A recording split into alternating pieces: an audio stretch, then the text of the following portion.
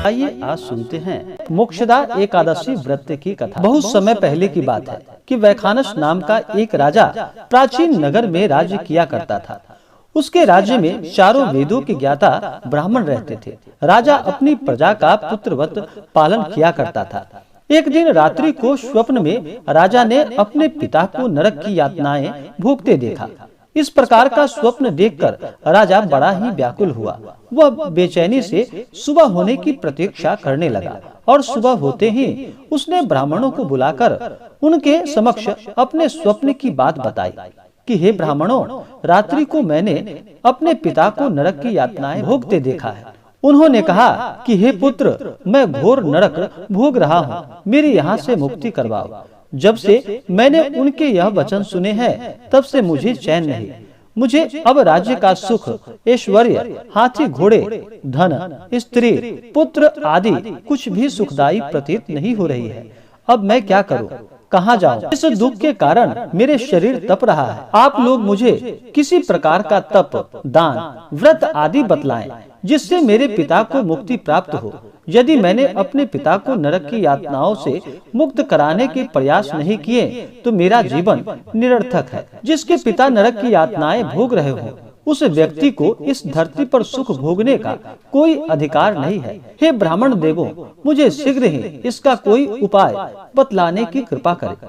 राजा के आंतरिक दुख की पीड़ा को सुनकर ब्राह्मणों ने आपस में विचार विमर्श किया। फिर एक मत होकर बोले कि हे राजा, वर्तमान, भूत और भविष्य के ज्ञाता पर्वत नाम के एक मुनि हैं। वे यहाँ से अधिक दूर नहीं है। आप अपनी यह व्यथा उनसे जाकर कहे, वे अवश्य ही इसका सरल उपाय आपको बतला देंगे। ब्राह्मणों की बात को सुनकर राजा मुनि के आश्रम पर गए। आश्रम में अनेक शांत चित्त योगी और मुनि तपस्या कर रहे थे। चारों वेदों के ज्ञाता पर्वत मुनि दूसरे ब्रह्मा के समान बैठे जान पड़ रहे थे। राजा ने उन्हें दंडवत प्रणाम किया तथा अपना परिचय दिया। पर्वत मुनि ने राजा से कुशल क्षेम पूछी। तब राजा ने बतलाया कि हे मुनीश्वर, आपकी कृपा से मेरे राज्य में सब कुशल है, किंतु मेरे समक्ष अकस्मात ही कोई ऐसी समस्या आ खड़ी हुई है जिससे मेरा हृदय बड़ा ही अशांत हो रहा है।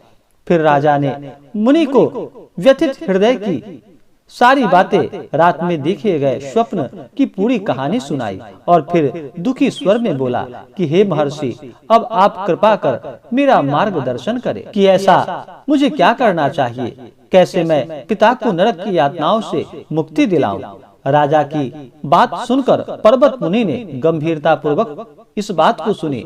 फिर नेत्र बंद कर भूत और भविष्य पर विचार करने लगे। कुछ देर गंभीरता पूर्वक चिंतन करने के बाद उन्होंने कहा कि हे राजन, मैंने अपने योग बल के द्वारा तुम्हारे पिता के सभी कुकर्मों का ज्ञान प्राप्त कर लिया है। उन्होंने पूर्व जन्म में अपनी पत्नियों से भेदभाव किया था। अपनी बड़ी रानी के कहने में आकर उन्होंने अपनी दूसरी पत्नी को ऋतुदान मांगने पर नहीं दी थी। पाप कर्म के फल से तुम्हारे पिता नरक में गए हैं। यह जानकर वैखानस ने याचना भरे स्वर में कहा कि हे ऋषिवर, मेरे पिता के उद्धार का आप कोई उपाय बतलाने की कृपा करें।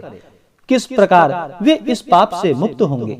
इस पर पर्वत मुनि बोले कि हे राजन, मार्गशीर्ष माह के शुक्ल पक्ष में जो एकादशी होती है उसे मोक्षदा एकादशी कहते हैं। यह मोक्ष प्रदान करने वाली है। आप इस मोक्षदा एकादशी का व्रत करें और उस व्रत के पुण्य को संकल्प करके अपने पिता को अर्पित कर दे। एकादशी के पुण्य प्रभाव से अवश्य ही आपके पिता की मुक्ति हो जाएगी। पर्वत मुनि के वचनों को सुनकर राजा अपने राज्य को लौट आए और परिवार सहित मोक्षदा एकादशी का विधि पूर्वक व्रत किया। इस व्रत के पुण्य को राजा ने अपने पिता को अर्पित कर इस पुण्य के प्रभाव से राजा के पिता को सहज ही मुक्ति प्राप्त हो गई। स्वर्ग को प्रस्थान करते हुए राजा के पिता ने कहा कि हे पुत्र, तेरा कल्याण हो। इतना कहकर राजा के पिता ने स्वर्ग को प्रस्थान किया। हे पांडुपुत्र, जो मनुष्य मार्गशीर्ष माह के शुक्ल पक्ष की एकादशी का व्रत करता है, उपवास करता है, उसके सभी पाप नष्ट हो जाते हैं और अंत में स्वर्ग लोक को प्राप्त करते हैं। इस उपवास से उत्तम और मोक्ष प्रदान करने वाला कोई भी दूसरा व्रत नहीं है। इस कथा को सुनने व पढ़ने से अनंत फल प्राप्त होता है।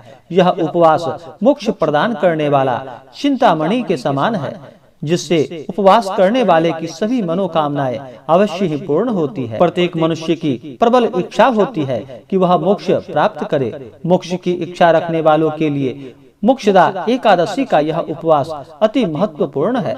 पिता के प्रति पुत्र के दायित्व का इस कथा से श्रेष्ठ दृष्टांत दूसरा कोई नहीं है। अतः भगवान श्री हरि विष्णु के निमित्त यह उपवास पूर्ण निष्ठा व श्रद्धा से करनी चाहिए। कथा का सार यह है कि यह पिता के प्रति भक्ति और दूसरों के लिए पुण्य अर्पित करने की श्रेष्ठ और पवित्र कथा है।